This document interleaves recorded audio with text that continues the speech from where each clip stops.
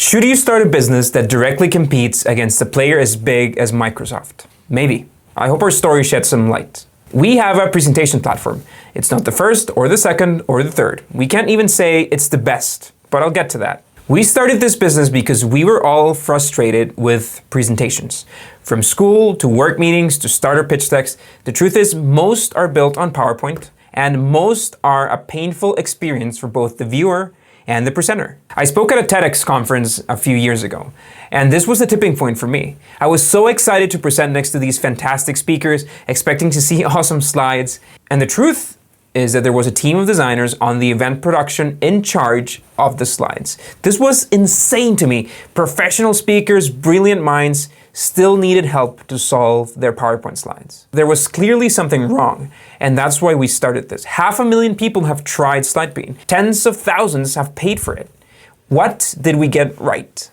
On usability, we separated the content and the design, rethinking the usability and the user experience. This removed the frustration and especially the distraction of arranging the layout before the content is done. I think we hit the nail on the head here. People use Slidebean because it saves them time. What we got wrong is getting people to switch to this new approach was not as easy as we thought. While the learning curve is minimal, people are used to doing things one way, and changing that behavior is very hard.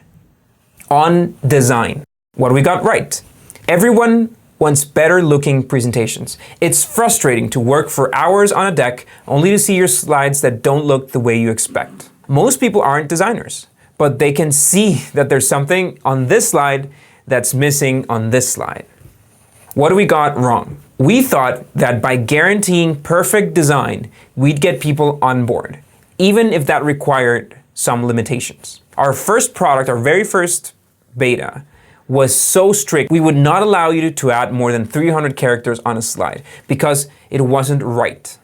We thought people would value design first, but in reality, it comes second to time efficiency, to productivity. It took us years to solve this, and we're still solving it, to give users the ability to add anything to a slide and being able to arrange it in a way that still looks stunning.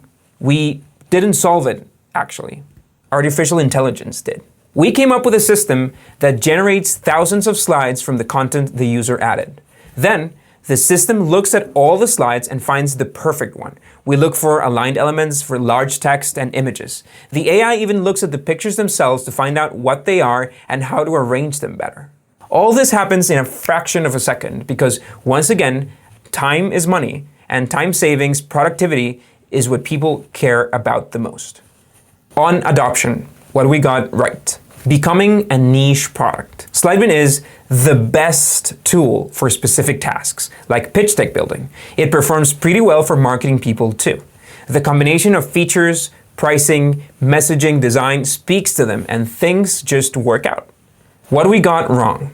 What we obviously got wrong was our ability to scale beyond these audiences. There are millions of users and millions of dollars to be made from users that would find Slidebean better than PowerPoint. But we won't get to 500 million customers anytime soon. We were naive here.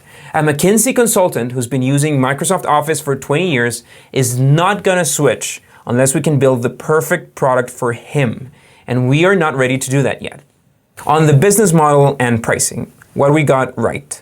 We've seen so many competitors go out of business during our time with Slidebean. So many. And it's always sad. In the end, they're like-minded people that saw a similar problem and try to solve it just like us. What has kept our company alive and growing has been our decision to become a premium product, which speaks again to that niche that we just talked about.